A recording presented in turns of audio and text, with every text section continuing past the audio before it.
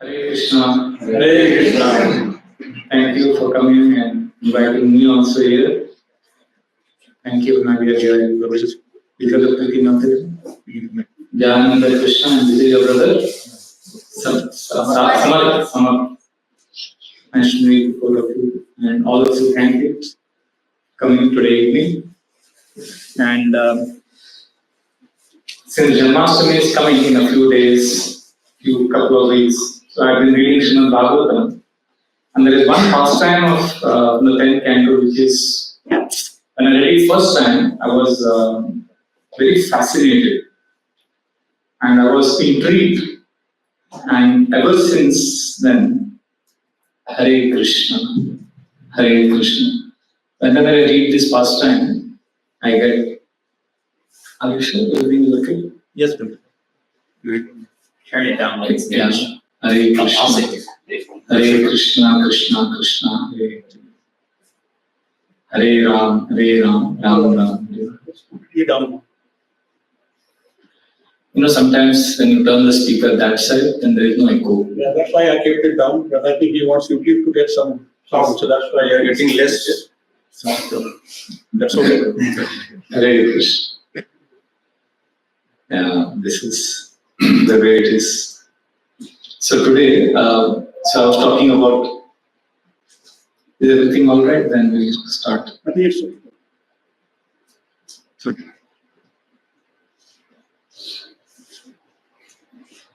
So I was telling you about this particular Bhagavatam, 10th canto. There is this chapter, 23rd chapter, which is one of my favorites. It was the first time when I read this, I was intrigued, and then with progressive reading, each time I'm getting interesting insights. You know, just like when you watch a good movie. A good movie is something where there is a plot twist. Suddenly in the end you see the whole plot is twisted. What is this? So Krishna's pastimes are predictable, the demons attack, Krishna destroys them, everything is nice. But there is one pastime where the plot twist in the end baffled me the first time when I read it. And ever since I have been fascinated by this pastime, because I feel it deeply resonates with our own spiritual practices. So I want to share that. It is a long chapter, 52 verses, but we'll see how much we can cover. But even if you are not able to complete, I'll come to the end and reveal the plot twist. That I will do. Okay? So, chapter number 23. Okay? So, the whole mood of this chapter is basically Krishna Lila in Vrindavan. This is Krishna Lila in Vrindavan. First 40 chapters of 10th canto is Krishna in Vrindavan. And 41 to 50 is Mathura. And then 90 till 90 is Dwarka.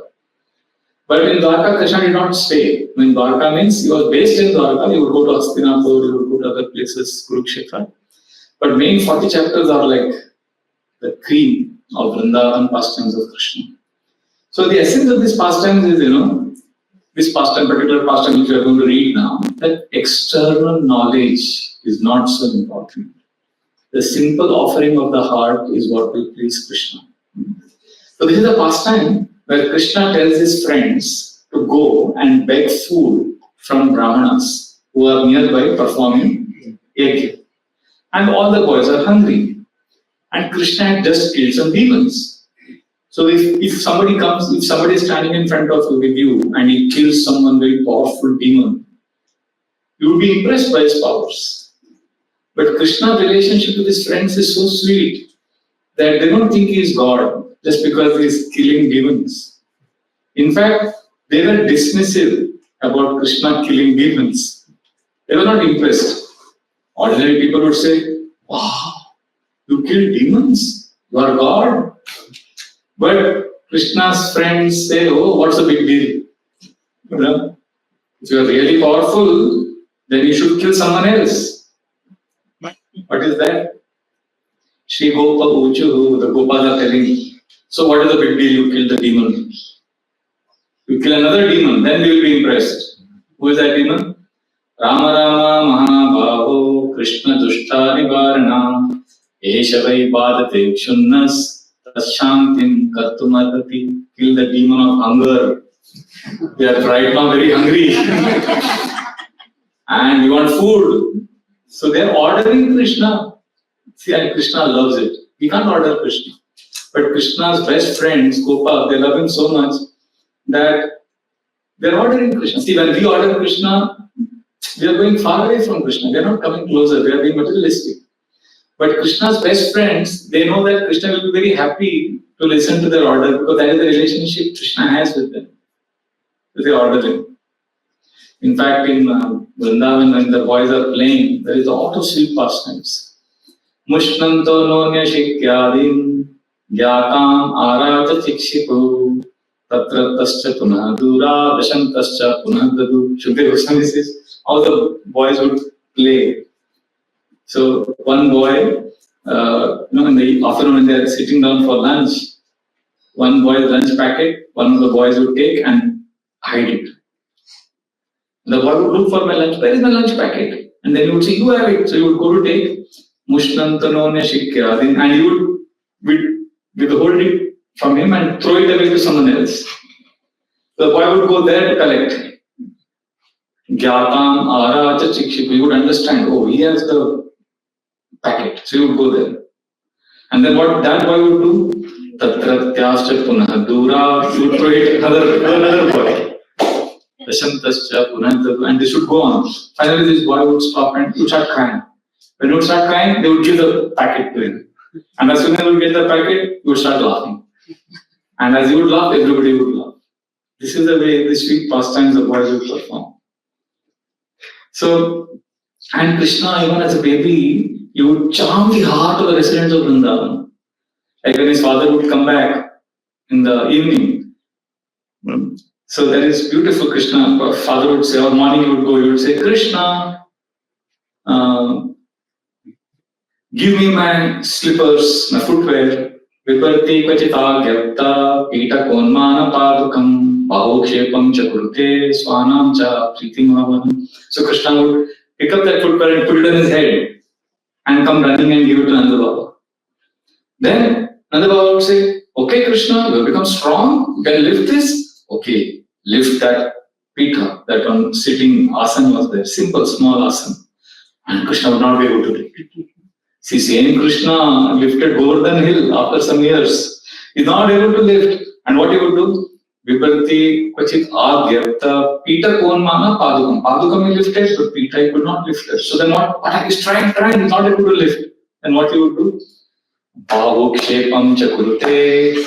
He would slap his arms. Okay, I will lift it. And he would get tired. He would not be able to lift. And the residents of Vrindavan, they would see this. Swanam cha pritimavahan. Their love for Krishna would expand more and more and more.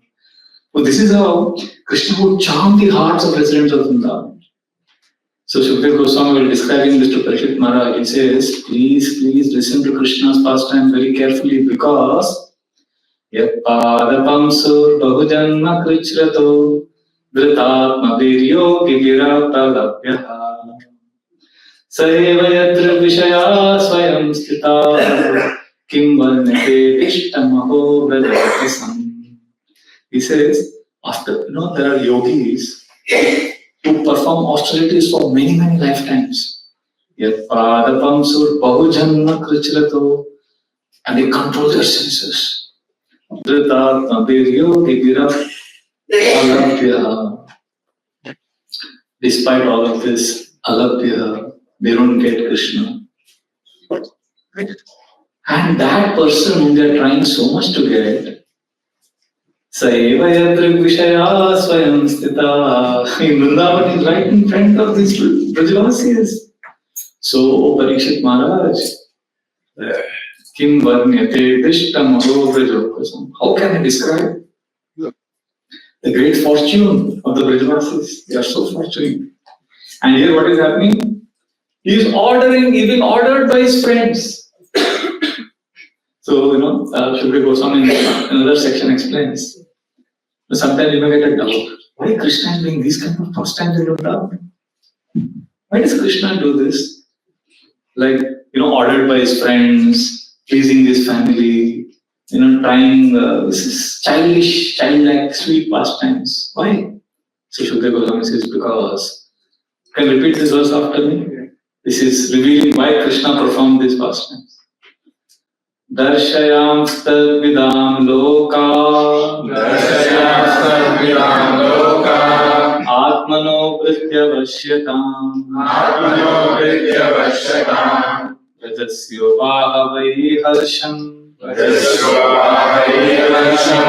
Bhagavan Balacheshtita. Bhagavan performs Balacheshtita, childish pastimes, because two reasons.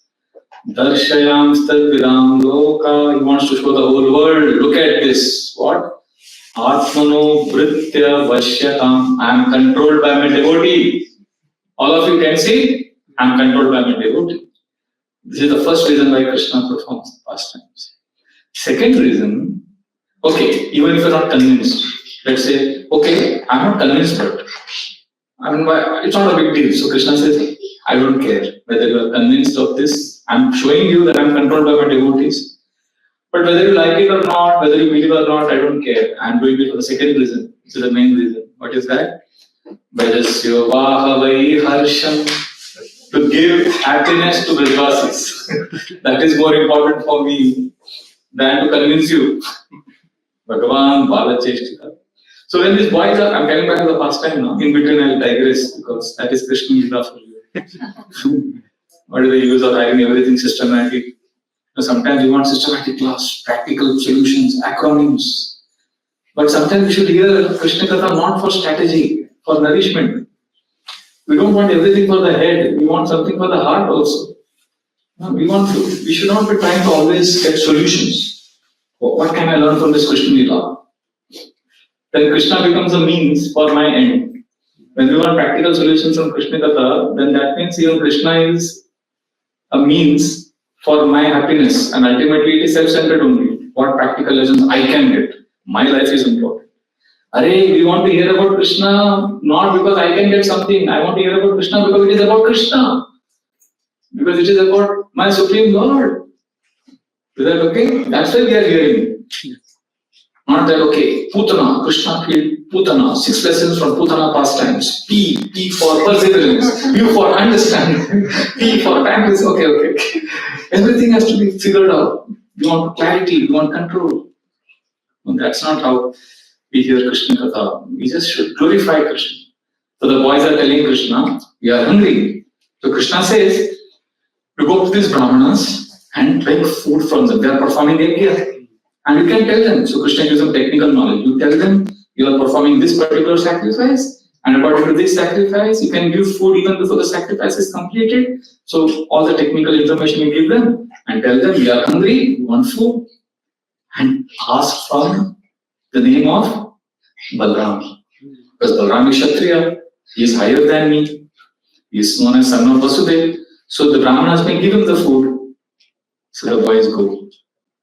Now Krishna knew that these Brahmanas are proud.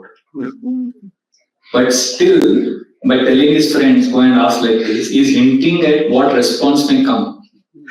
Now the boys go there. And what happens? They get disappointed. Why? Not because the Brahmanas refused. See, refusing is one thing. Giving is better. But the ultimate insult is they ignored. You are asking and they are just ignoring the voice. It's like you're talking to a wall. So Sukdev Goswami is narrating to Prahlad Maharaj and says, you don't get angry now, please. Because I know if you were there, you would have punished the Brahmanas.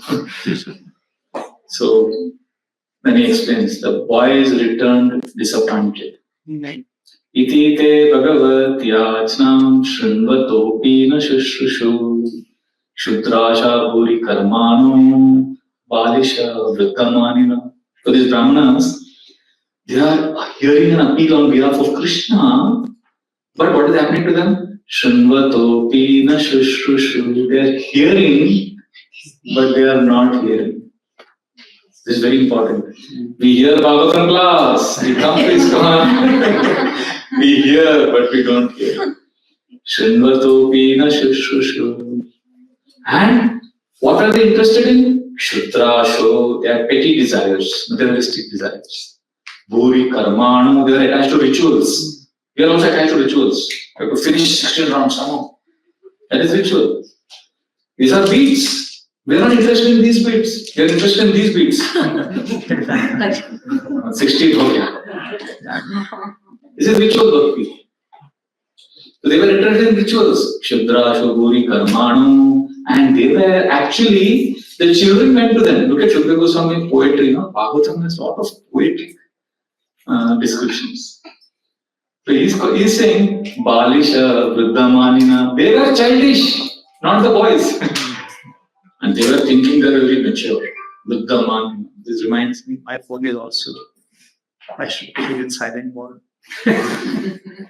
Yeah.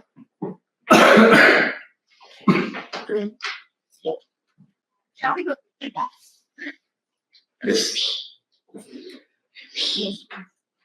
So what is the meaning of this? Very important. Sometimes when we are attached to rituals, ticking boxes, then we forget the essence. Something similar, Shukdev Goswami says in second canto, Pashyan api na pashyati. Materialistic people, they see everywhere there is suffering, but they do not see. Pashyan api na pashyati. Here it is said, Shangvatopi na shushrushu. We hear, but we don't hear. We see, but we don't see. They are so near Krishna. They had a chance to offer everything to Krishna. Krishna is coming and begging. They are not giving. They are not giving is okay. They are ignoring. They are attached to rituals. This is tragedy. Durlabha manava janma lobiya samsare. Krishna na bajino dukha kahibo kahare. Samsara kori niche gelaka.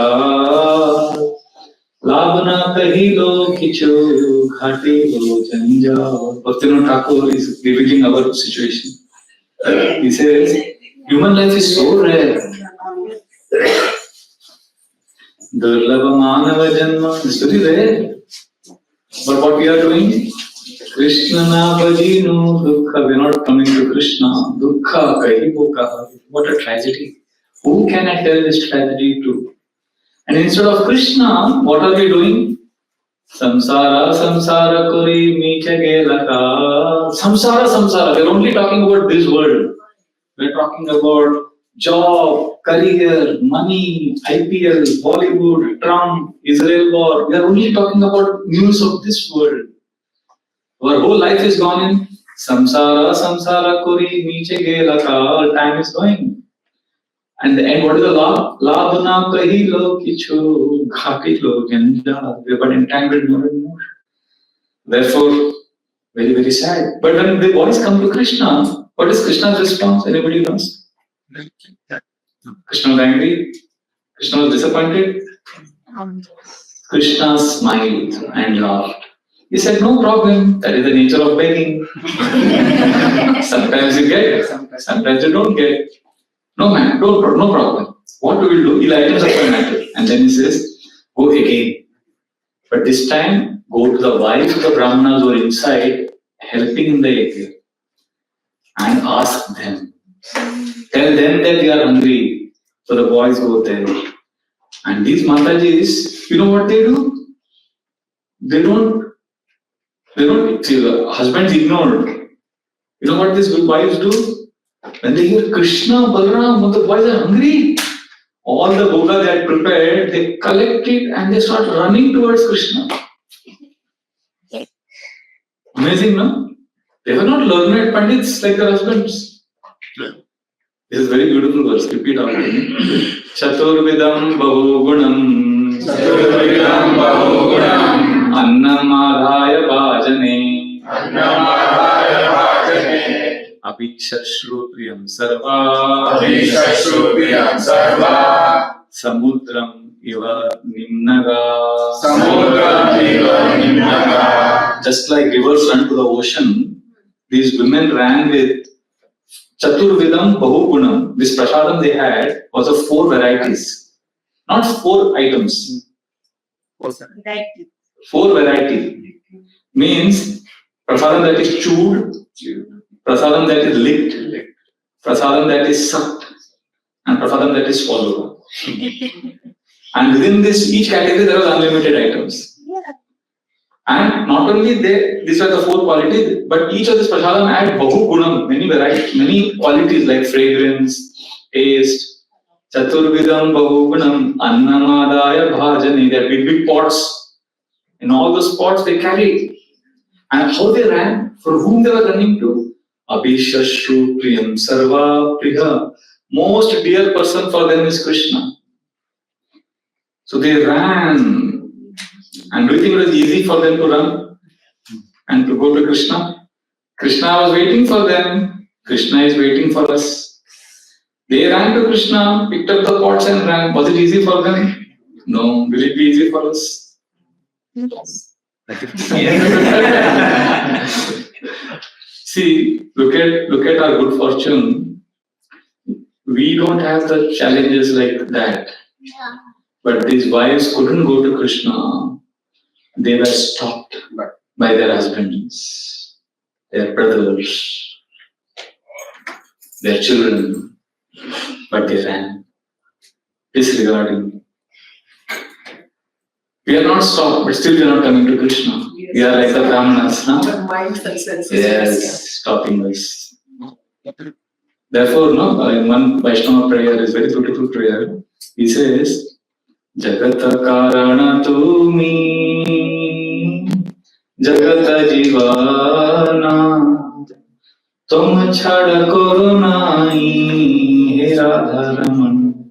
Krishna, you are the cause of the whole universe, but Tum Chada Korunai. If I give you up, I have no hope. But that is okay. If I give up, I have no hope. But he is afraid, the devotee is so afraid that in the next line he is saying, what if you give us up? Bhuvana Mangala Tumi Bhuvanera Pati Tumi Upakhile Nata Ki Hoi Begati. So we don't want to give up Krishna. He's saying, I don't want to give you up, but I'm afraid, what if you give us up? That will never happen. But this is our inspiration, this pastime. And the women were stopped. You know what they did? Amazing. Here, please repeat this verse. Nishityamana Pativir Ratavir Bandhuvir Sute Bhagavati Uttama Shloke Dirga Shuta Dhritashaya Nishitya. Stop it. Who? Pativir, Ratavir, Bandhuvir Sute. Husbands, brothers, relatives and children. But what happened? Bhagavati Uttama Shloke. Krishna has called them. They ran. And how come they were so attracted to Krishna? Because, look at the last line. Dirga, Shruta, Dhritasha. They had been hearing about Krishna for a long time. Look at the contrast. Their husbands, what happened to them? Shrunvatopi na Shushushu. They were hearing, but they did not hear. But these women, they heard for a long time and they made a choice. What choice? They chose Krishna. And what did the Brahmanas choose?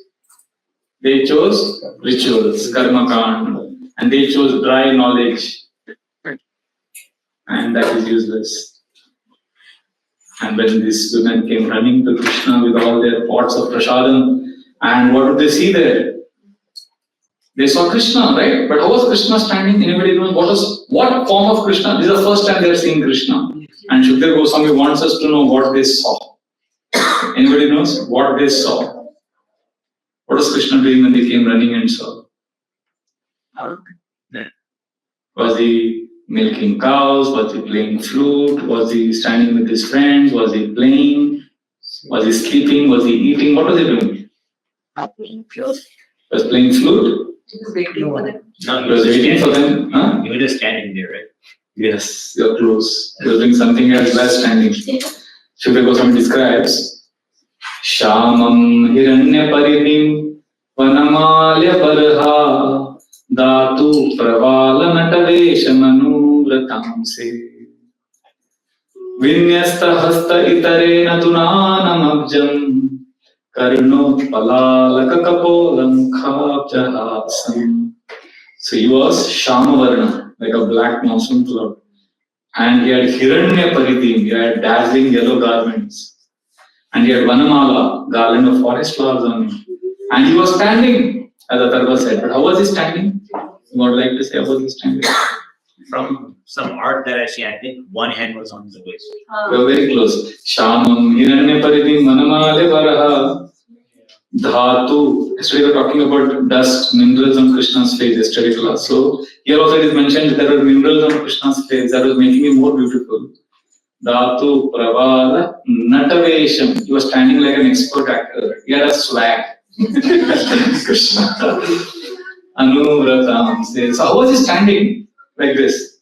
Vinyasta hasta. See, one hand, his left hand, he had put on the shoulder of his friend. Vinyasta hastam itarena dhunanamajjam. With the right hand, the fingers, the thumb and the index finger, very dexterously, he was twirling a lotus flower. Very stylishly. Dhunanamajjam. And as he was doing, his hand is on the friend's shoulder, is twirling a lotus flower, and his eyes, he is glancing around the restless eyes, and Karno Palalaka Kapola Mukhabja.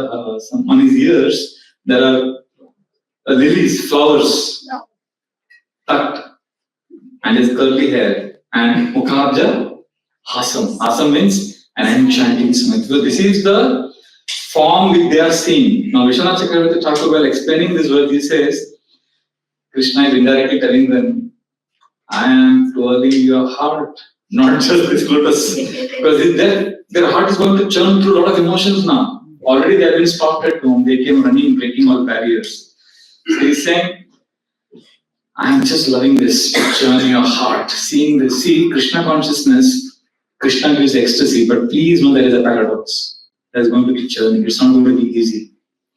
Once Srila Prabhupada told some of his disciples, if I tell you how much tears you will have to shed to get Krishna, you will run away. Krishna makes the heart churn. See, I have a very dear friend. He was normal boy like all of you, all of us, till the age of 16. He even came to Radha Rasbihari temple once to darshan. Then mysteriously, he began to lose vision. And at 17, he was completely blind. Today he is 38. Last 22 years, he has not seen the world. He is blind. See, somebody is born blind is something different. He has seen the world. He has seen movies. He has experienced the world. And now, last 20 years, he cannot. And he is my very close friend. He is a devotee. He is Brahmana initiated. He is our god brother. And when he calls me, what he talks to me, he only speaks about Govinda, Damodara, Madhavedi verses, 71 verses. He has memorized them, and he can explain in graphic detail Krishna's beauty. Such minute details were like stunned. And when he describes, I can see that I can feel that he's seeing Krishna. Although he is blind. When he has many, many challenges, when I speak to him, I've always seen he's always grateful. Right now, his health is a mess. There's so many complications in his body. But always grateful. He's a senior manager in a multinational bank. But he can argue and debate with anyone. He has so much knowledge. He's extremely sharp. But he's gone through a lot of journey. But today, as a result of all that journey, that problems, today he is seeing Krishna with no eyes. And I always tell him, I go to his house once a year. And he's such an amazing devotee of Krishna. So a lot of churning has happened, but he has chosen Krishna. Can you imagine? No eyes. I can't even imagine, right? It's scary. So that is how we are illusion. We are not choosing Krishna because they're afraid that something will lose. You don't realize that they're not going to lose. There is something ecstasy because this boy has no regrets. I told him, he lost eyes. Now he is married, he has a child also, and child is normal. And his wife is not blind. So everything is good in his life in that sense, but it is not good. His health is gone, he has no eyes. He says, I have no regrets, I am very happy. Krishna is so merciful, he is only glorifying Krishna.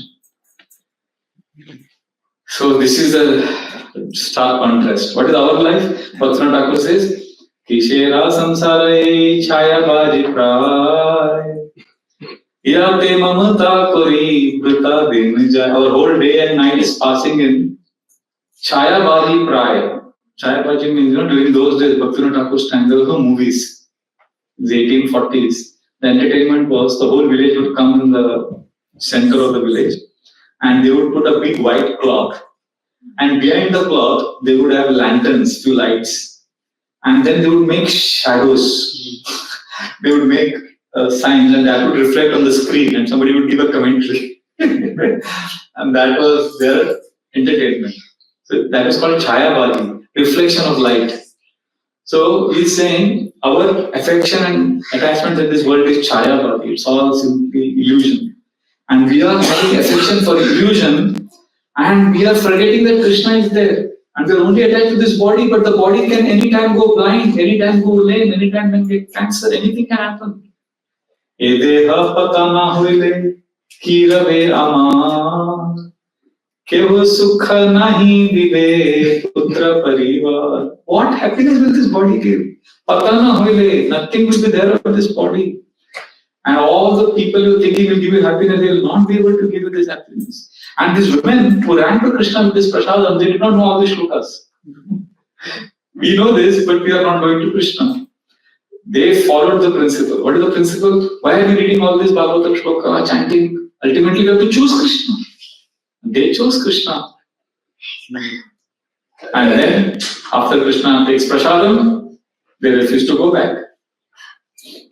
They say, Krishna, we want to be with you only. Krishna says, no, you must go back. Your husbands are waiting for you. They need your support. Then the wives say, no, we won't be accepted. Let us remain as your maid servants here. Because we used to hear about you from so many visiting betel nut sellers, flower sellers in our village about you.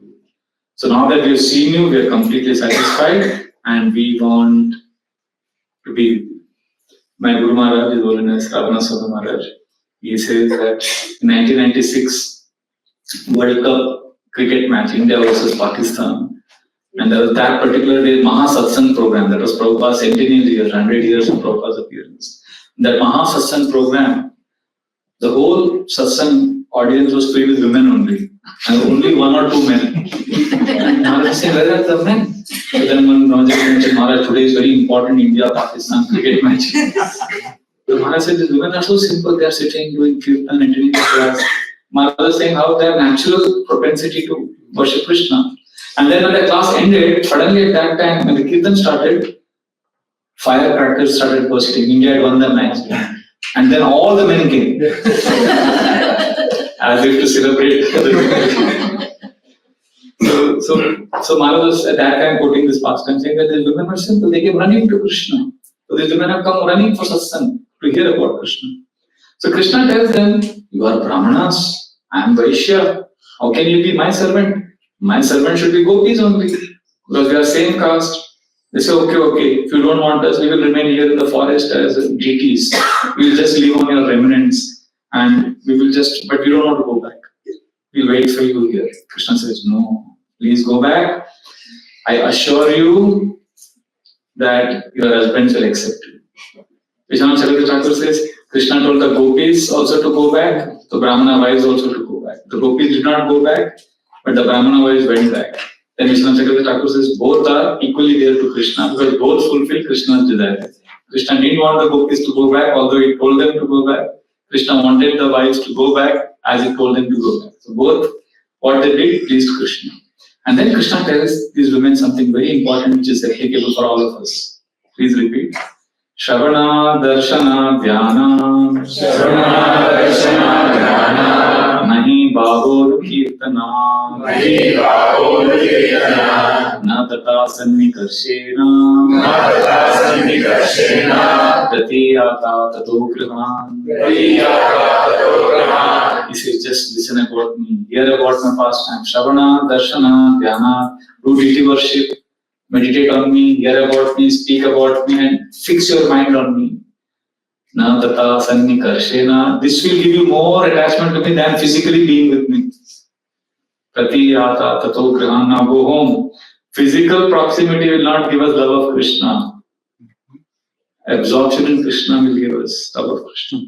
Because sometimes, some devotee may be staying in the temple all day. But he went with the Guru. but still he may miss Krishna. Because it is a choices. Like Chaitanya Mahaprabhu, Kala Krishna Das was with Chaitanya Mahaprabhu. Can you imagine? Personal servant, not of Prabhupada or Guru. Personal servant of Supreme Person of Godhead. And then he gets attracted by Stridana, Dekhana, Tanra, Loba, Janmila, Arya, Sarala, Viprera, Buddhina, Shavaya. He got distracted by women and money. Stridana, Dekhana, Loba, he became greedy and lusty. He was not a low class man, no, by the way. Arya, Sarala, Viprera, he was cultured person, simple person, and he was Brahminical, but still Buddhina, Shavila. Still his intelligence got disturbed. In that purport, Srila Prabhupada says, Kala Krishna Das was the Supreme Lord, and he got bewildered what to speak of you and me. He says like that. Therefore, externals don't matter, we have to connect with Krishna.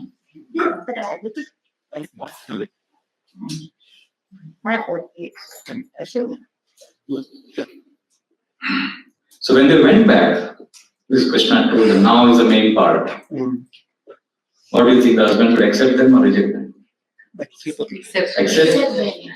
They apologized. They regretted. They glorified their wives. And then they condemned themselves. Dik janmanastri vratyatta dik vritam dik kulatkitam dik gyatam dik vyadaksham vimukha ekadokshire. Dik matlab dikha. 5 times they are saying dik janmanastri vratyatta.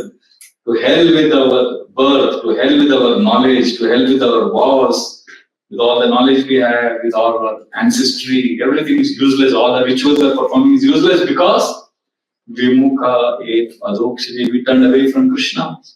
This is their realization. And then they say, we are in Maya. What a tragedy. Please, this is a very, very important twist coming in the end. Listen to this.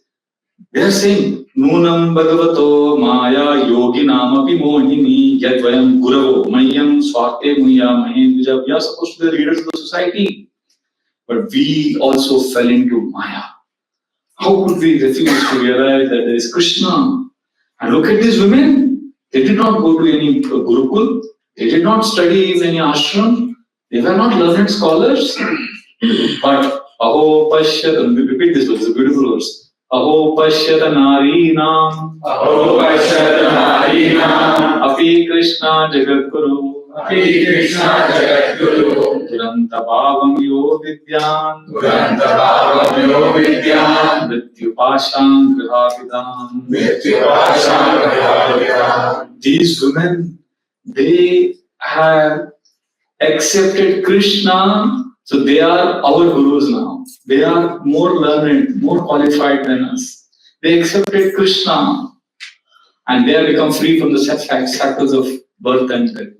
So that's how they have established. Very important here, sometimes they are attached to knowledge, but we may miss Krishna. We may know everything about Krishna, but we may not be with Krishna. Now the twist comes, the final part of the story. The last verse, 52 verses, in this 23rd chapter, the last verse says, after all this, they did not go to see Krishna because they were afraid of Kamsa.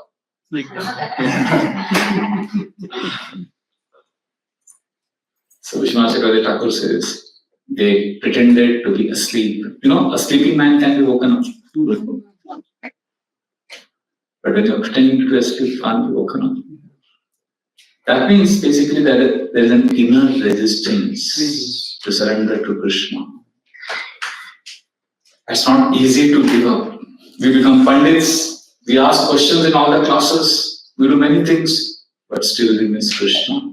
The Brahmanas are a classic case of somebody who is fixed in the external aspects of bhakti, but they missed us. They were licking the bottle of honey from outside. They are not tasting the honey. They were so near Krishna, but they were not with Krishna. They were on the bank of Ganga, but they did not dive into the Ganga.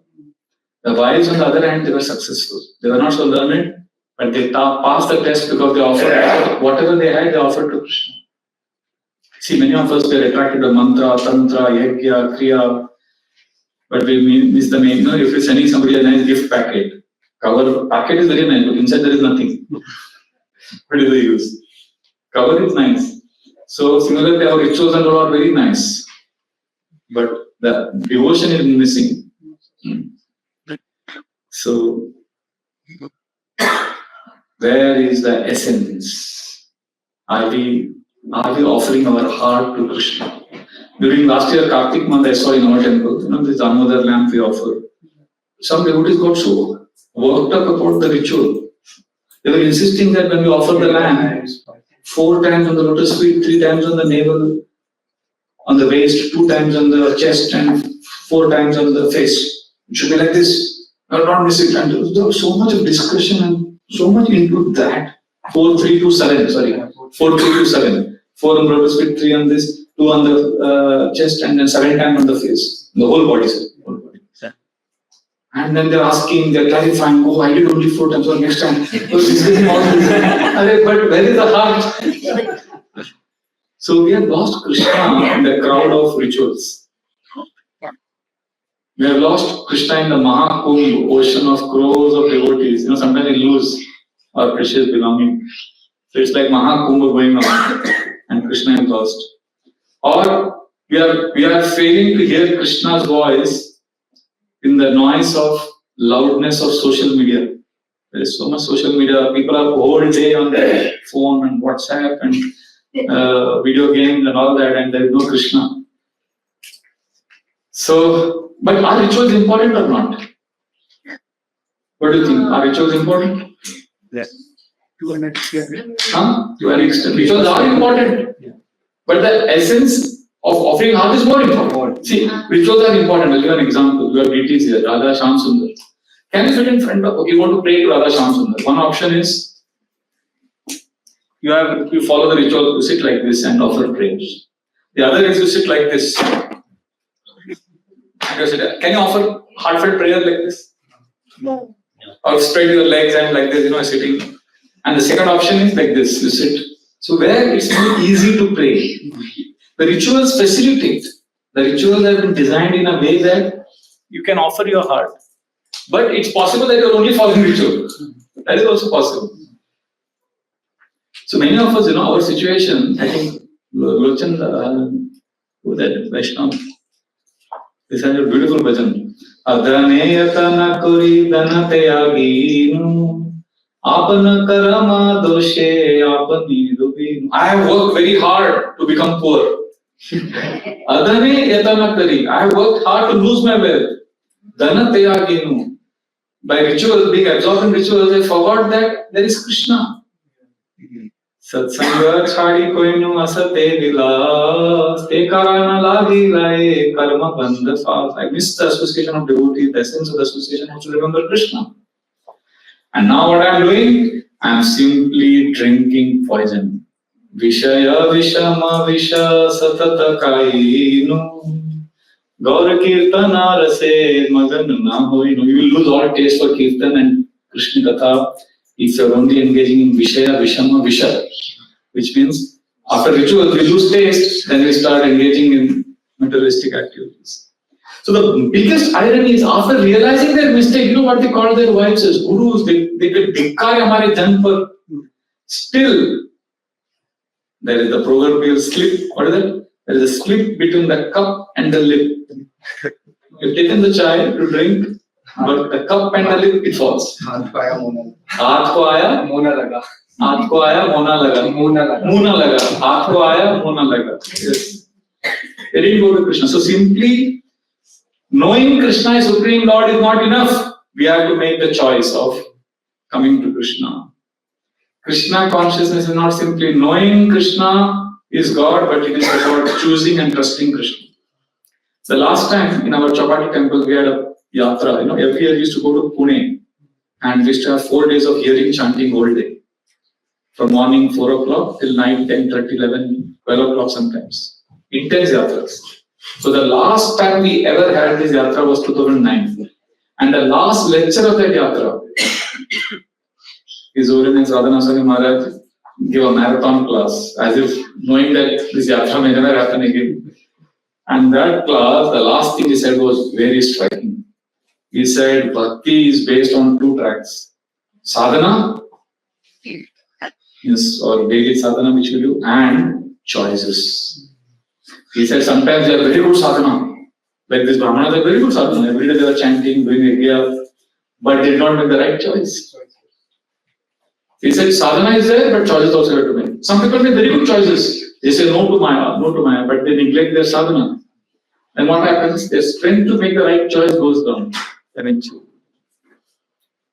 So therefore, both, because even when we are dying, material energy will give us choice.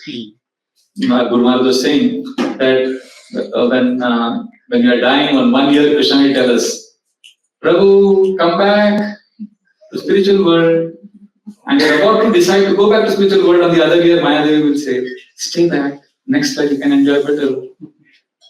As hope is there, don't worry. You can try once more. Hope dies last, they say, no, in English.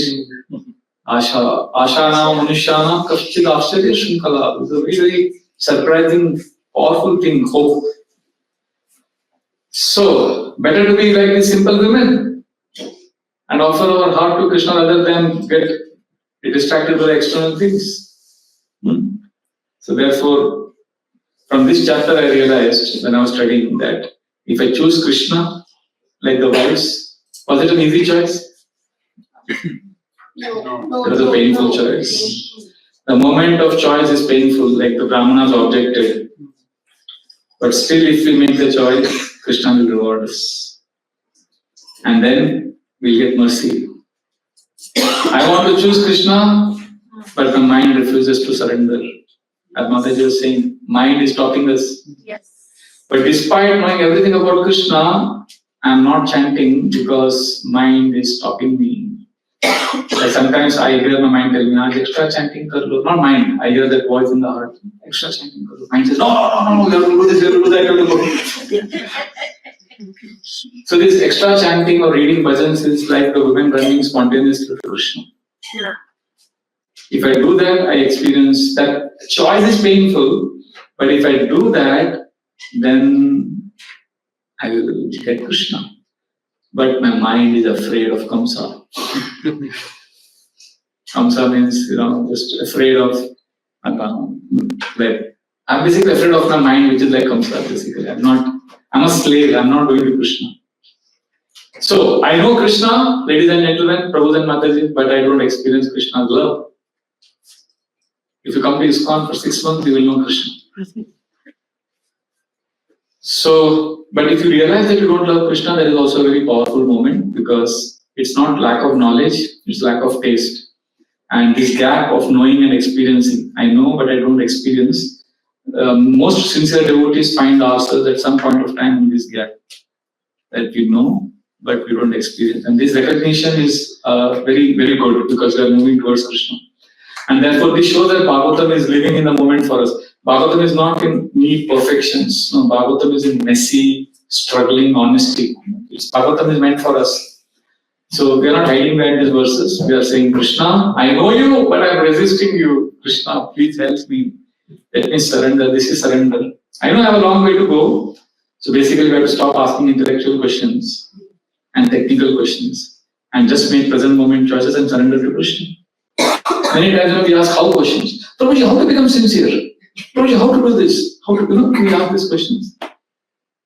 These questions will not help us. Many times we ask questions because when you ask how, then the burden of the answer is on the speaker. I don't have to worry. I'll get some more clarity, then I will surrender. I'm not able to surrender, just need some more clarity, Prabhuji. So I'll ask this question. How? That is Dhritarashtra mentality. Dhritarashtra was only asking questions to Vidura. How to improve my son? How to do this? How to do that? Dhritarashtra's questions was not sign of sincerity, it was attachment, masquerading as sincerity. Parikshit Maharaj also asked questions, but he first surrendered and then asked questions. Are you getting it? Yes. So when you ask questions, you should know whether I am Dhritarashtra or whether I am Parikshit. I'm avoiding surrender. So if you're like Dhritarashtra, if you keep asking questions, you still not experience Krishna's love. Are you getting it? It's subtle, heavy, but it's true. What are we doing in life? We are asking questions, trying to get answers. And just surrender, Baba. See, our misconception is we think first we need a clarity, then I will surrender. Bhakti Yoga works differently. First you surrender, do something for Krishna, then you get clarity.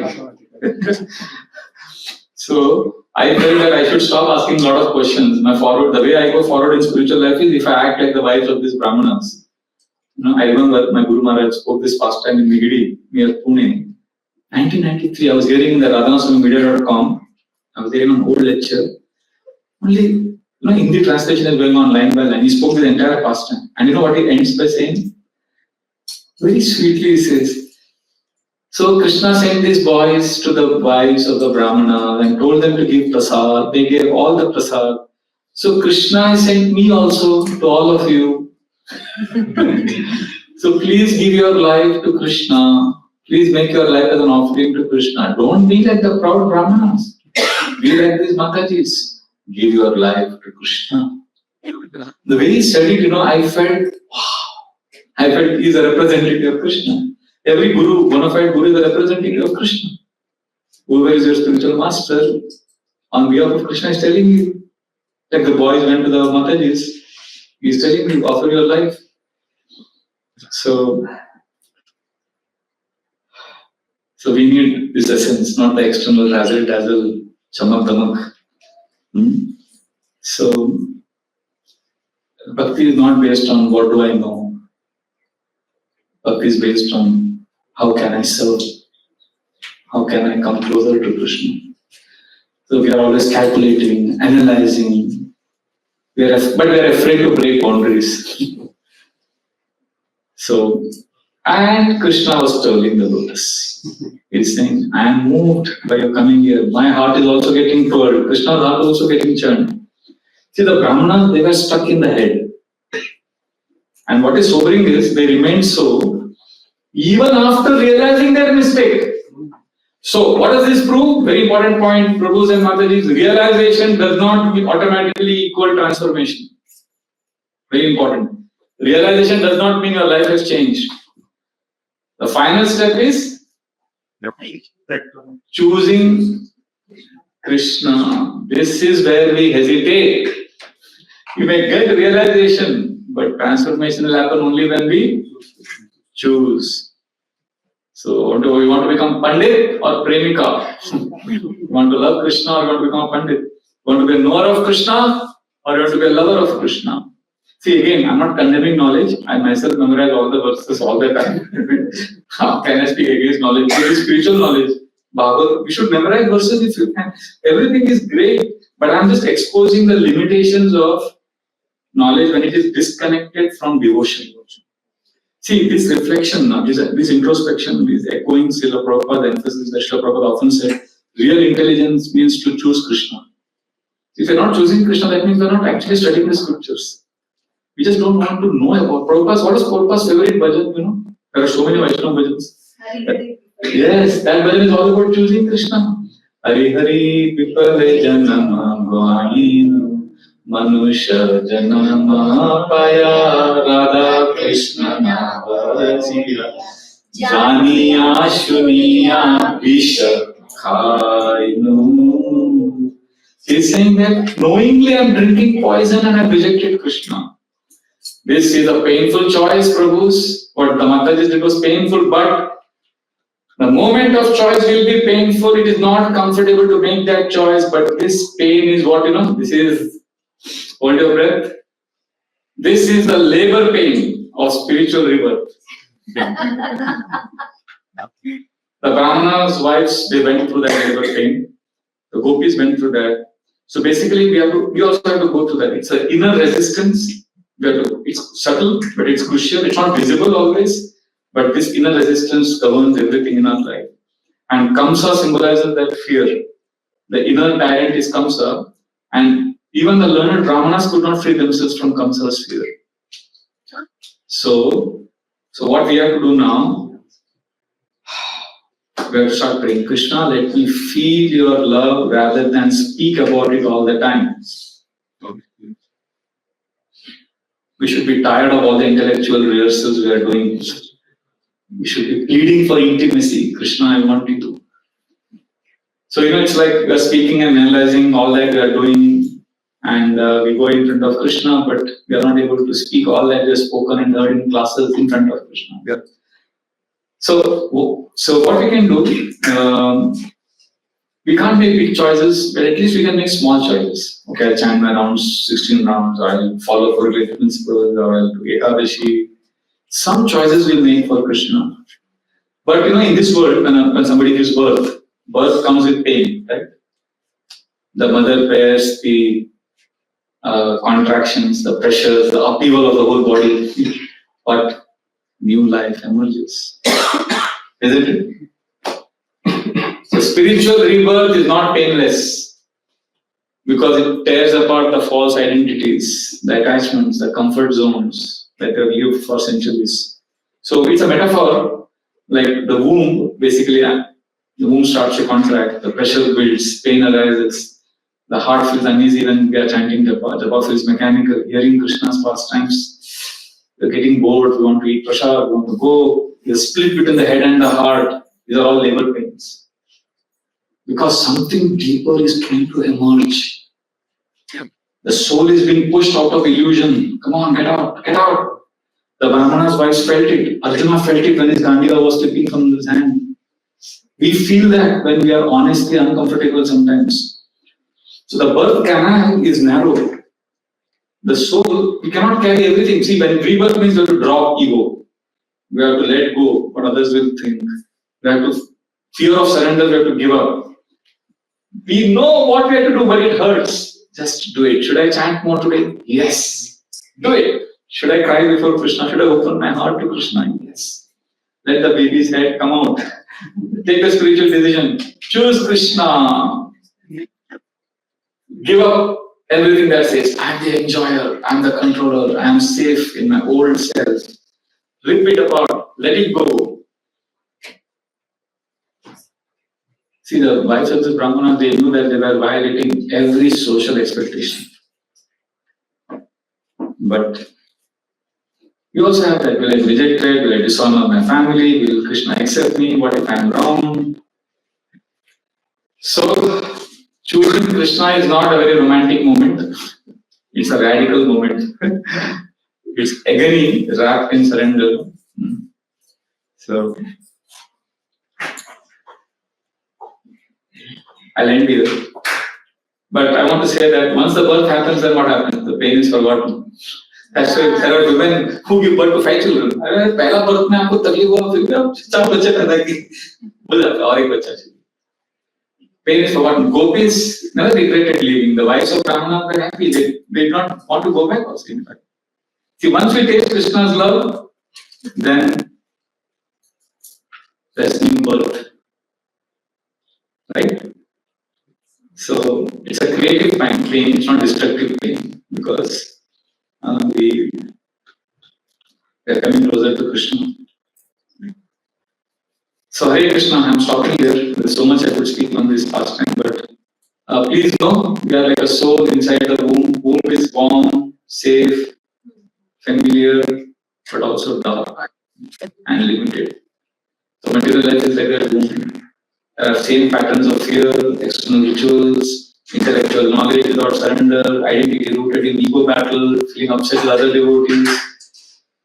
This, we all feel like that soul in the womb. We all feel there is something in Krishna consciousness which is there beyond what I'm doing, but I don't know how to get there. I know Krishna is there. I know I should surrender, but something is stopping us.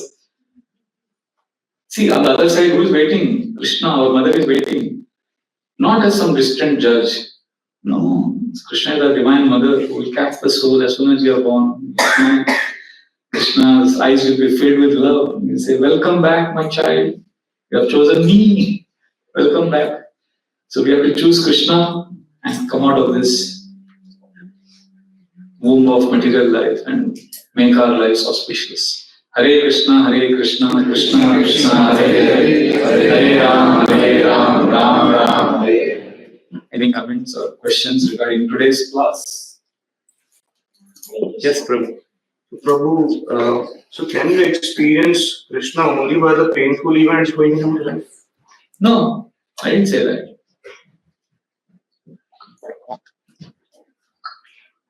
But we see why the joy choosing Krishna is painful. No, let me get back. Same question. Or what are you saying? But he's saying like, I mean, can we experience only by the painful events? No, I'm saying Or do no, we have no, to make the painful choices only? no, not always. I'm talking about the painful choices, but that doesn't mean this is only. that's what I'm. Gratitude is a happy experience. But we all come, to Bhagavatam classes, satsang program looking for reassurance, love, comfort. Because we are getting a bit material world. Everybody is suffering. So we think we go for satsang, you will get nice comfort. You have to hear katha, you feel good. But Bhagavatam classes are meant to shake us. In the olden times, Shukdev Goswami used to give Bhagavatam class, Parishit Maharaj used to. You know how Shukdev Goswami begins the class? Shwari Bara Ushtra Khare Samsuta Purusha Pashu Mahat Karna Pato Peto Jatu Nama Gada Kraja. He's telling the audience, first thing he's saying, dog, pig, donkey, camel. He's giving gali. You're not hearing about Krishna? You're a dog, you're a pig. And the audience is also happy to hear. So, the whole idea is, because you're comfortable, so the whole philosophy is comfort, afflict the comforted and comfort the afflicted. When you're very disturbed, Bhagavatam will give you Krishna's beauty, Krishna's passion, and you'll feel reassured. But when you feel too comfortable, then you'll say, come on, make the choice. But today it was in that mood. Yesterday's class I spoke on, sometimes you need Karela also, I call it Gulab Jamun. So sometimes you have to make choices. See, material life in this world is not easy. बहुत रोना पड़ता है कभी खुशी नहीं कभी खुशी mostly no life is there's a lot of pain and suffering जहर मरने के लिए थोड़ा सा पर जिंदा रहने के लिए बहुत पीना पड़ता है you need so everybody whoever is a grahastha knows that life is not easy so why give false hopes always Bhagavatam classes are not meant to give us a kick. It's not a drug. It's a medicine. And sometimes medicine is bitter also. Bhagavatam classes are supposed to show the mirror. I'm so far away from Krishna. But don't worry, we're all together in this. So it's not directed at one person. We all have to help. So Krishna consciousness is a beautiful process. When you are expressing gratitude, appreciation, you are feeling joyful. Kevala ananda kanda. At the same time, sometimes you have to make painful choices, and then the bliss comes after the choice. Here also they were blissful, but the choice is painful. You give up cigarettes. Like one day was saying, oh, cigarette chodi nahi pa. Just come to temple. Before coming to temple, in that pan bidi shop near the temple, you take a cigarette, smoke it, and then come. So every day he just couldn't resist it. But going back again, he would smoke. And one day he finally gave it. It was painful, but he did that. And today, last 25 years, he's a bhakta, and he keeps telling me, I made that painful choice. We have to turn to Krishna. I have one more question. Yes. So you gave the example of your friend who could not see. Yeah. Cannot see. And even I read that when Prabhupada used to translate the books, and devotees used to ask him like, how do you do this? So he answered one time that it's not me, it's Krishna who is instructing me to write all these things, right? So are one of our five senses responsible to feel Krishna, or is it subconscious mind somewhere which is not one of the five senses which we can help to see this Krishna? Through the senses, finally, Krishna. Touch. First our senses touch. Like five senses. Atha Krishna Namadina Bhaved Grayam Indriye. Sevan Mukhi Jivalo Swam Nevasvatata. Our senses cannot perceive Krishna, but we begin by chanting the name, by tasting prasad. And then eventually Krishna, the soul experiences Krishna, but the starting point is the senses. Like what is the indication that now we are experiencing Krishna? Okay, this is a very, very intense question. I'll come back to this. If somebody has other questions, this is the last question I'm going to do. Is that okay? Remind me if I don't take this.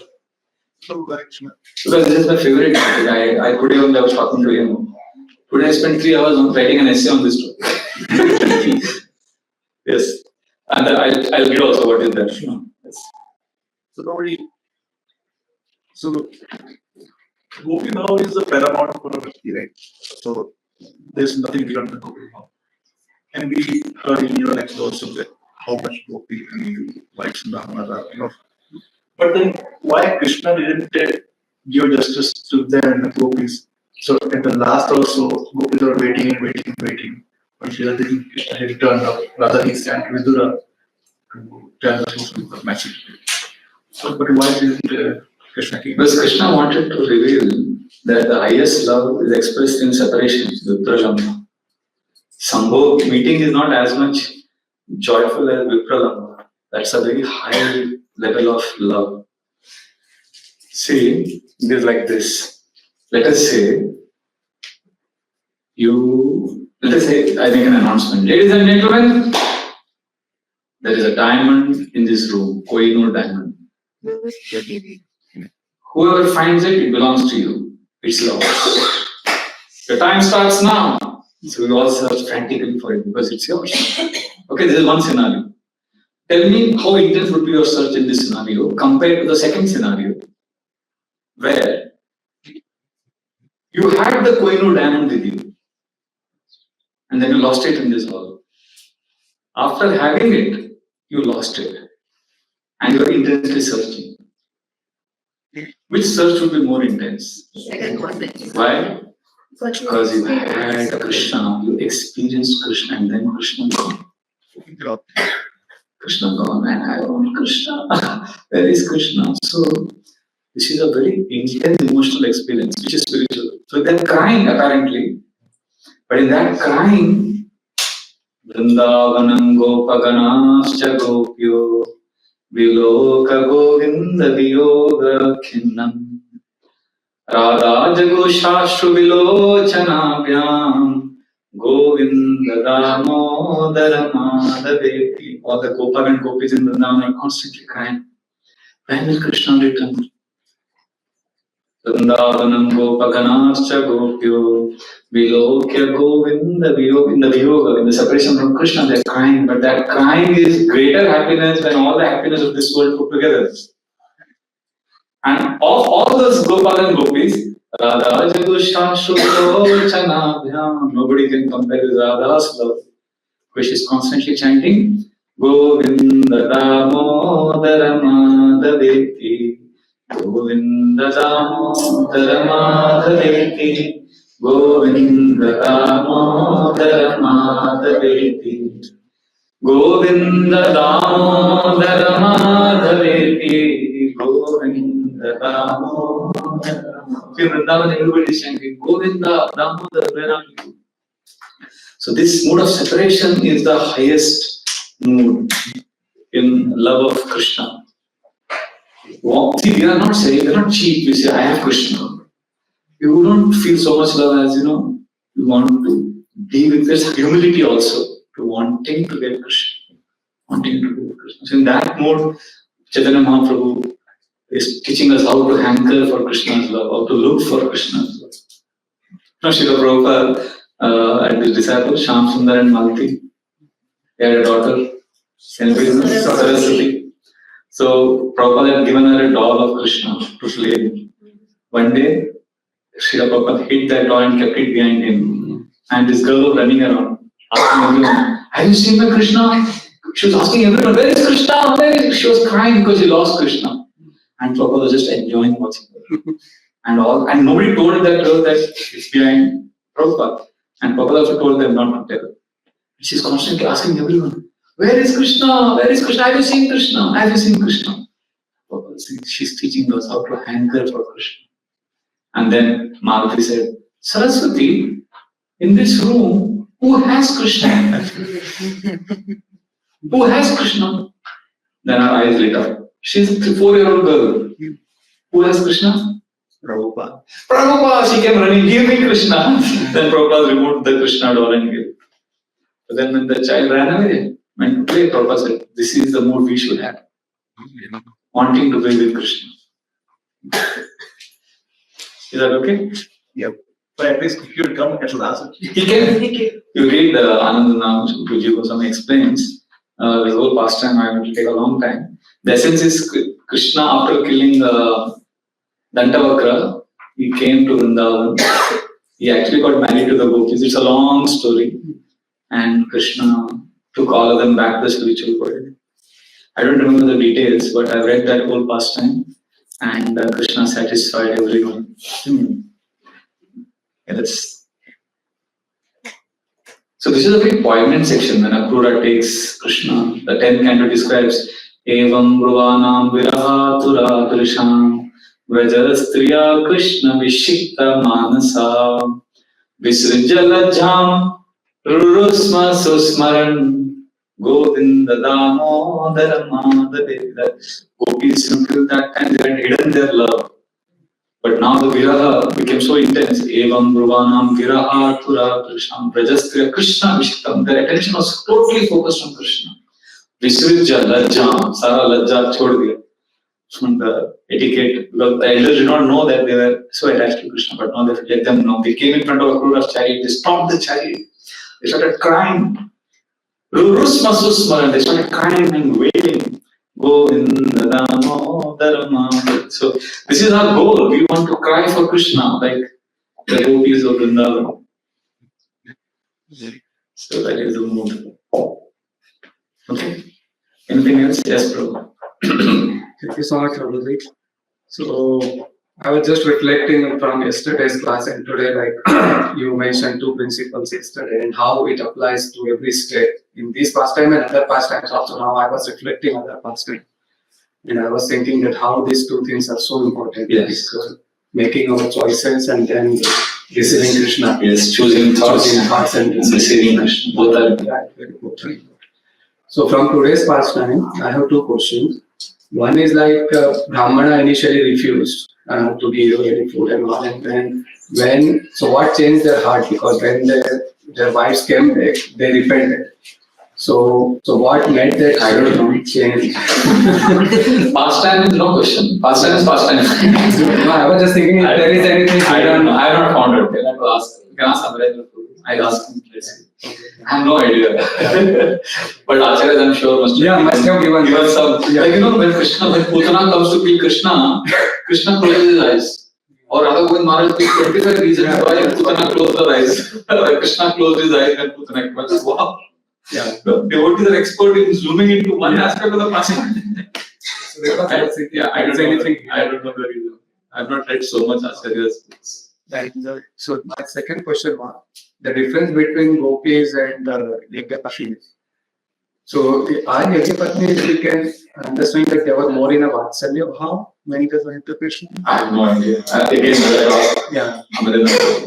I believe so. I trust so. Right. Because they say they want to be maid servant. Yeah, right. So they were not They were not in the- Yeah.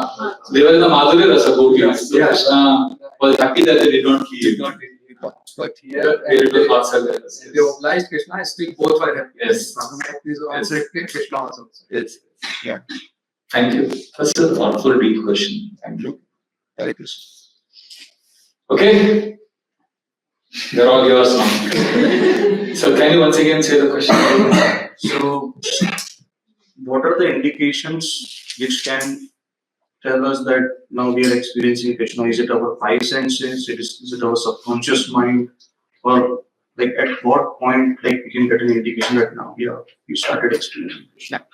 Yes. So I'll just briefly share with you what I wrote today. Is that okay? Yeah. This is a lot of discussions we've had, but I've just condensed it. Radharani, Gopinath, yes, where is it? Krishna is silent. This is article. So we can know, okay. I think all of us want to know whether Krishna is hearing the pleasure. Yeah. And we want to hear Krishna's loving words. You are doing good bhakti. If Krishna tells us, then we'll have no confusion. No? Right? We're just waiting. When will Krishna tell us, I am pleased with you? Okay. Then I don't need certificate from anybody else. It would be so nice if somebody told, if Krishna actually told us, like for example, if your guru tells you, or some senior devotee tells you, Prabhu, I am very pleased with you. You are helping. Similarly, like chanting, if Krishna tells us, maja aayega. But what happens with many of us? Krishna is silent. So we offer, like yesterday we were not there. Yesterday Clara was speaking like, in this world, how do we communicate? Speak and we listen. Right? So in our relationship with Krishna, also we speak and we listen. Speaking is through articulating thoughts, especially during japa, when you offer thoughts, when you choose thoughts. Krishna, I want to serve. Hare Krishna, chanting. When you are choosing thoughts, that is equal to speaking. And then when you are present, or listening to the holy name, Hare Krishna sound, that means you are listening. You are receiving Krishna's presence. So choosing thoughts and receiving presence is equal to speaking and listening. Is that okay? So now what happens? When we attempt this inner dialogue in japa, in Krishna consciousness, we are telling Krishna, I love you, Hare Krishna, Hare Krishna. Krishna, please tell me how can I please you? And you hear what in return? Tenga, nothing. Krishna remains silent on the other end. Meanwhile, what is happening to the mind?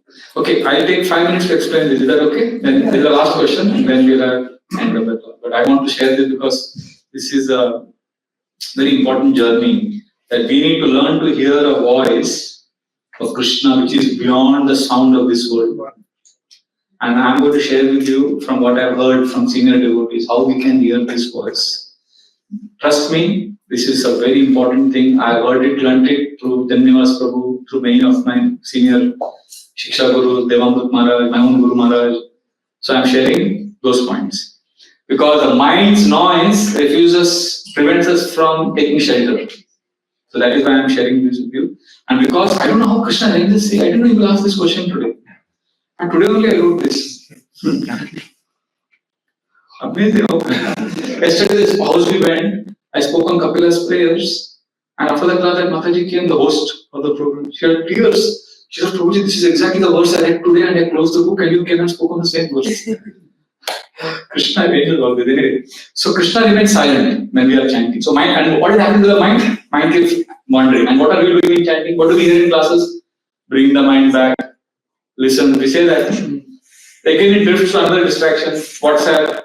The cycle keeps repeating. And then devotees start getting this discouraging question in the heart. I am praying so sincerely. Why am I not hearing Krishna's voice? How can I know Krishna is speaking to me? Krishna is reassuring me. Now, this is what I want to tell all of you, Prabhus and Matajis. Silence on the other end is not absence of Krishna. When you are crying, still there is no response, you may start feeling that Krishna is absent. But please remember, Krishna's silence is not his absence. It simply means Krishna is present and he does speak, but he is speaking in a way that transcends the world's sound. This world is a sound, it is beyond that. His reply is not in Madhyama Vak. Yesterday I was speaking about Vak, speech, is at 4 levels. At lowest is Vaikari. Vaikari Vak is, I want to go to temple. It is sound, speech in sound form. Sound in speech form. Sound in speech form. But sound can also be in thought form. I want to go to temple. You have not spoken it, but it has come in the thought. It is a thought you have chosen. Then you go and tell your family, I want to go to temple. So that is Vaikari. When you speak, when it is thought, it is Madhyama. And then there is some shelter you feel, which translates as a thought. When you think of temple, suddenly you feel loved. That shelter is feeling. That is Pashyanti Vak. Yesterday we spoke about these 3. And there is Paravak. I didn't speak yesterday. Paravak is soul's voice. And are you getting it? Four ways sound is there. First is gross sound, second is thought, third is feeling, and fourth is soul. It is beyond the sound of this world. So Krishna speaks in Paravak. We speak to Krishna in Vaikari Madhyama, maximum Pashyanti. Maximum in feelings, maximum in thoughts and words. This is the way we speak. So Krishna's voice is the language of the soul. And this cannot be caught by mind or intelligence. It is heard by the soul. And what the soul hears, so don't jump to conclusion, just listen to the whole thing I have to say. What the soul hears, the mind and intelligence cannot explain. Because Krishna, first of all, Krishna doesn't respond immediately to a prayer. If you pray while chanting, Krishna doesn't respond immediately. Because japa is a dialogue, it's not a monologue. Our problem is japa is a monologue, mind keeps going here and there. You are supposed to choose thoughts. Krishna, please help me chant attentively. That is a dialogue. And then when you offer this prayer, you have to listen. Pause. Listen to the holy name. Hare Krishna, Hare Krishna. This is a sign that when you are listening, it's a sign that you are waiting for Krishna to speak. At least this much we can do. This is the first step all of us can do. You offer a prayer, then you wait. Now, Krishna replies. But how? Slowly. Like Jananivas Prabhu, all of you know? Yes. Have you asked him questions? Have you got answers from him? So when he came, actually, he was very sick last year. And most of the questions, like, we asked them, I think, what's the name of the Jivan? 25 years ago, 25 years ago, he was more active. Yeah. So I asked him a question on how to overcome false pride. And he didn't say anything. That silence was uncomfortable. When somebody is very silent, what happens? So he was very silent. So I was tempted to walk away or speak something else. And actually I did that. So when I spoke something else, another day, previous day, and he didn't stop me. Hey, you asked that question, let me answer. He just kept quiet. He was detached. He allowed me to speak something else. Although I was waiting for an answer, he didn't answer, so I spoke something else.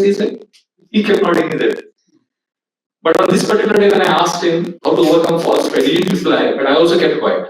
I said, Devte, kitna der chup hai? I was desperate. After 5 minutes, he began to speak slowly. And that answer still directs me 25 years later also. I've not forgotten that. And next day I asked him a question, how to become a pure devotee. Again, I remember slowly, softly, very detached way he spoke. And that answer directs me on today. I've spoken these two answers everywhere. But these two topics, it changed my definition of being a pure devotee and what is false pride. And how did he speak? Soft, slow, detached. Krishna speaks like this. When we chant, see our mind, we are used to mind's voice. Mind's voice is loud, fast and attached. Like when you are chanting japa, what does the mind say? Check the phone. Now, check, now, attached. But Krishna will say, chant extra today. If you don't chant, Krishna will be detached. Like Jananivas Prabhu. So what happens? So I'm coming to the solution now. So when offering a prayer like chanting, then you listen to the holy name. Just be present. Just be present. So the main challenge happens in this in-between period, which is called transition phase, where you have offered a prayer, Prabhu, and before receiving Krishna's response, there is this silence. And that's when we feel that Krishna is absent. But in truth, he is present, like Jananivas Prabhu's example. He's quiet. He's quietly processing. And he is responding in a language that is going to transcend mind and intelligence. So that experience of Krishna's presence is not found in mental thought, affirmations, or emotional high. It's not a feeling, it is a sense of belonging, which is very deep shelter of Krishna, which the mind and intelligence cannot articulate. See, gross experience you can explain. Yes. Dosa, if you smell dosa, you can explain. Pizza, if you eat, you can explain what is pizza. Because it is senses. Even emotional state you can explain. You can explain what you are feeling and what you are thinking. Why you can explain? Because you are different from those emotions. You are the soul. You are separate from your mind and intelligence. So you can explain what is happening in mind and intelligence. But what the soul is experiencing, Krishna's love and shelter, how can the mind and intelligence explain that? Because, are you getting it? Mind and intelligence, you are not the mind and intelligence. How can the mind and intelligence explain what the soul is going through? It's the language of the soul. Love of Krishna is the language of the soul. So what happens at best? We can blabber. You know, like somebody is underwater, somebody is speaking. You've seen somebody trying to speak when he's underwater. Isn't they making sound? So when pure devotee of Krishna, Prabhupada, Guru Maharaj, they are immersed in deep waters of Krishna prem. Okay? They are loving Krishna. So what they are expressing now, it's simply little bit on the surface. What they are feeling is much deeper. थोड़ा बहुत वो बोल रहे हैं, हमको समझ रहा है. But the inner experience is far, far beyond what actually we can process. We understand some things, but we don't understand everything. So Krishna's voice is basically a state of knowing that cannot be reached by words or thoughts. It is beyond the mind, intelligence, and ego. It is the soul state. It is the real reward in Krishna consciousness. Our problem is we are trying to understand Krishna using the mind and intelligence all the time. And this will fail at some point of time. You are frustrated in bhakti. Because your Vernier calipers in physics, can you use it to do litmus test? Or can you check alkalinity of something? You can't do that, right? Or let's say, can you use a microscope which is meant for biology? Can you use it to measure distance, which is supposed to be done by Vernier calipers? The instruments don't match the dimension that we are trying to explore. Similarly, when you're only using our intelligence to understand what is Krishna telling, we are trying to decipher what Krishna is trying to communicate, then it is like, a worm which is never left neem ka ped. See, there is one worm in neem ka ped ka kida. And there is one kida which came from mango ka ped. And so, and from mango ka ped, it is very sweet. So the neem ka ped ka kida said, what is sweet? You don't know what is sweet? Mango is sweet. What is sweet? What is the meaning of sweet? You don't understand because it's neem ka ped ka kida. Right? So sweetness is a foreign concept to one whose reality is rooted in bitterness. So we are neem ka ped ka kida. So we are dwelling in the world of mind, intelligence, and ego. So how can we expect to understand the language Paravak, which is the language of the soul? So what we are trying to do is we are trying to process spiritual truths using material faculties. And then we are wondering why I am not tasting the sweetness of Krishna. But Krishna speaks. He speaks in a different language, and that is what we are trying our best to understand that now. It's a dialect that the mind cannot translate. So what we have to do to hear Krishna, we have to go beyond thinking and begin to feel with the soul. Yesterday I spoke a lot about being present, mindful. And the step for that is start moving from monologue to dialogue. Make your japa dialogue. Means the mind is going here and there, gather your strength, offer thoughtful prayers, and then wait. Even if no answer comes, wait. Later, when the testing moment, you'll get the strength, you'll get the answer. So I'll give one example. See, it may help you. So I was preaching for many days, and it's a very mundane example, but Krishna can help in this. This trying to explain to you how Krishna's voice you can hear. So because of that, I couldn't sleep at night. I would go to sleep, and for 3 hours I would not get sleep. Whole day I was awake. Sometimes even if your body is exhausted, you don't get sleep because the mind is running fast. So I was physically tired. but my mind was running wildly. I was tossed on the bed for hours, frustrated. I told my other brahmacharis, they said, welcome, because they all said I'm 52. They said, welcome to 50 plus. We are welcome to old age. Prabhupada did not sleep much. So, but I wanted to sleep, so that I can wake up and do service. So next morning when I was chanting japa, I prayed like this. These are why I chose thoughts. Krishna, please help me sleep better at night so that I can serve you. I can get up and serve. So I kept praying in my thought space. But my mind, after some time, wandered. Then again, I remembered, I came back, again I prayed, Krishna, please help me. So at some point of time, I realized that I prayed sincerely.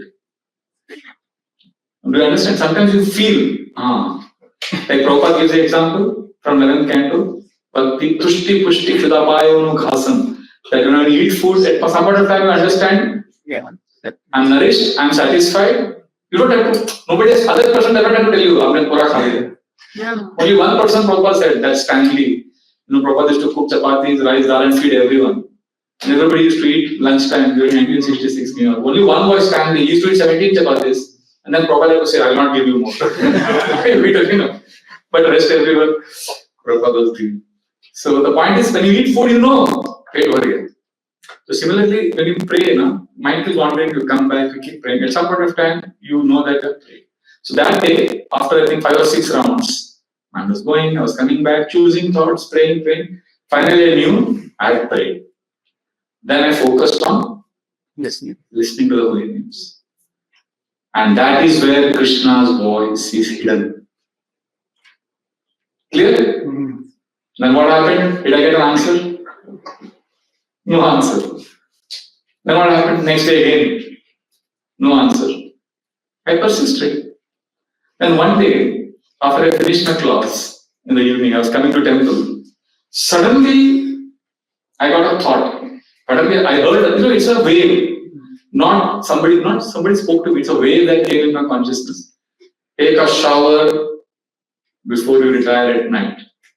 I don't know how that came. Take a shower. And then in the car, I told my devotee,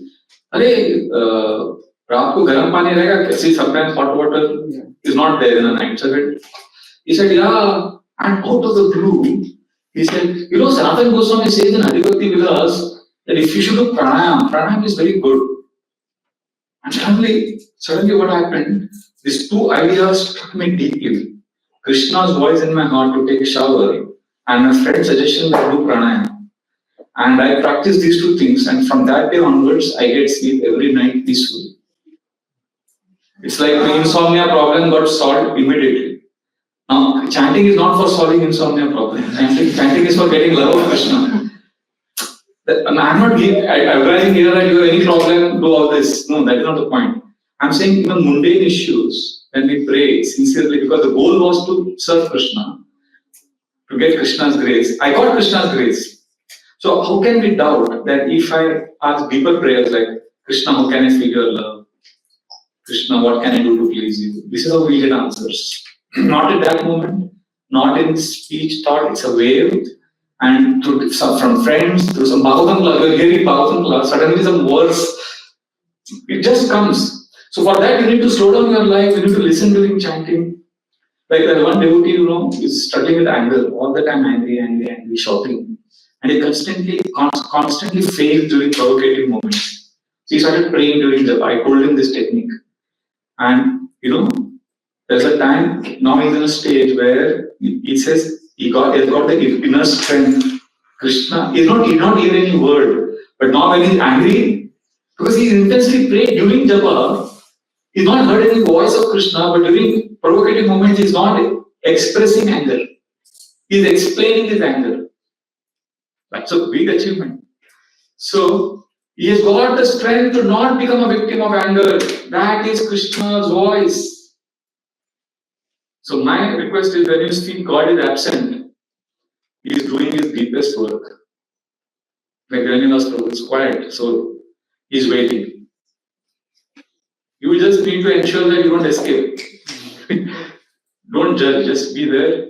Keep showing up daily, chant every day, wait. So even when it is dry, japa, just whisper Krishna, I love you, even here. Sometimes it's very dark. You are not getting any praise. Krishna, I love you, even here I am loving you. Hare Krishna, Hare Krishna. And that whisper may echo, but one day it will be answered.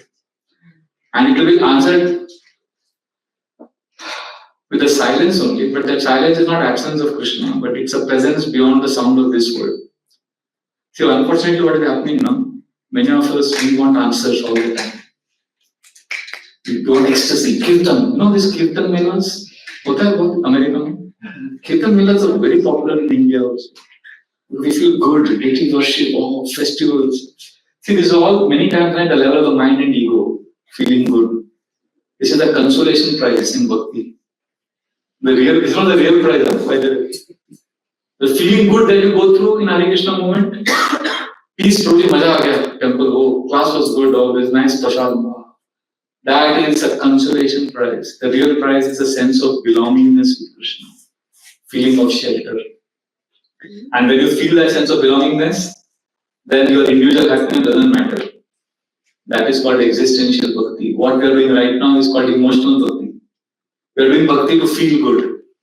But existential bhakti is whether I feel good or not, Krishna is happy. I will chant. Even if I don't feel good in my japa today, I will chant because it is not about me. It's about Krishna. So the Brahmanas were in ritual bhakti. I'm ending now, just 2 more minutes. Brahmanas are doing ritual bhakti. We are doing emotional bhakti. Mechanically we do, and then we hear, oh, we have to invest emotions, but we are still chasing happiness only. I want to invest emotions so that I am happy. So, but Krishna wants to offer us more. He wants us to rise from emotional to existential bhakti, which is earlier chant Hare Krishna and be happy. Have you heard this? Krishna wants us to believe in a different phrase. Chant Hare Krishna and make Krishna happy. So now, please don't misunderstand. Emotional bhakti is not bad. It is beautiful, but it is not the full feast. It is the aroma of the feast. As soon as I entered this house, I started smelling dosa. So I don't know. It's aroma, but the real dosa is different. So similarly, emotional bhakti is feel good. It's not the real thing. Is when you actually feel shelter, which words cannot explain. Till then, bhakti will be complete. Many of us, when we were new, we were attracted to prasad, kirtan, seva. Then emotional bhakti started feeling sweet, getting goosebumps in kirtan, emotions like class, all wonderful. But all these emotions can fluctuate depending on health, ego, mind. But existential bhakti is Krishna. I want you not because how you make me feel, but because that is who you are. I want you. You are drawn to Krishna not for happiness, but because Krishna is the center of your being. So even if you feel nothing, even if you suffer, even if you are misunderstood, even if you get no result, still, if your heart can say, I belong to Krishna, I'm yours. Krishna is my home. That means you are not emotional bhakti, that is existential bhakti. So if you want to hear Krishna's voice, you have to start making these kind of prayers. Without you, Krishna, I don't exist. Please reveal to me what I can do to serve you. Why do you think I got the answer for my insomnia problem? Because it was connected to Krishna's service. If I said I want to be healthy, I want to enjoy, I just want to sleep, I'm not sure whether I would. But when we offer a sincere prayer and then wait. Once Devanand Maharaj, a Brahmachari class, one Brahmachari asked him a question on lust. So he gave some techniques, amazing. I thought, wow, Maharaj has so many techniques. So I said, Maharaj, can you use techniques on getting taste for chanting? He said, there is no technique. Taste is mercy, causeless mercy. You can only beg. Then I realized, oh, begging means what? Begging means choosing thoughts, crying. I need a dialogue with Krishna and waiting for his answer, not in sound, thought, or feelings, but in a deep sense of shelter. So remember this, mind's voice is easy to recognize. What is mind's voice? Loud, fast, and attached. Like when chanting, you will hear a persistent urge. Check your WhatsApp, call that friend. That is the mind speaking. Krishna's voice is Tino ka ulta. Mind's voice is loud, Krishna's voice is soft. Mind's voice is fast. Krishna's voice is slow. Mind voice is attached. Krishna's voice is detached. So to hear that answer, you have to be patient, silent, attentive. And when you hear that voice speak, you will know in your heart, without doubt, that Krishna loves you. I give you two examples. One of it sleeping, one of it anger. These two examples has convinced me that Krishna's voice we can hear if we offer a thought and then be present and then wait in that period. It's not from the mind intelligence. क्योंकि हम लोग नींद का पेट का कीड़ा है. We cannot understand. Just wait. It's the heart space.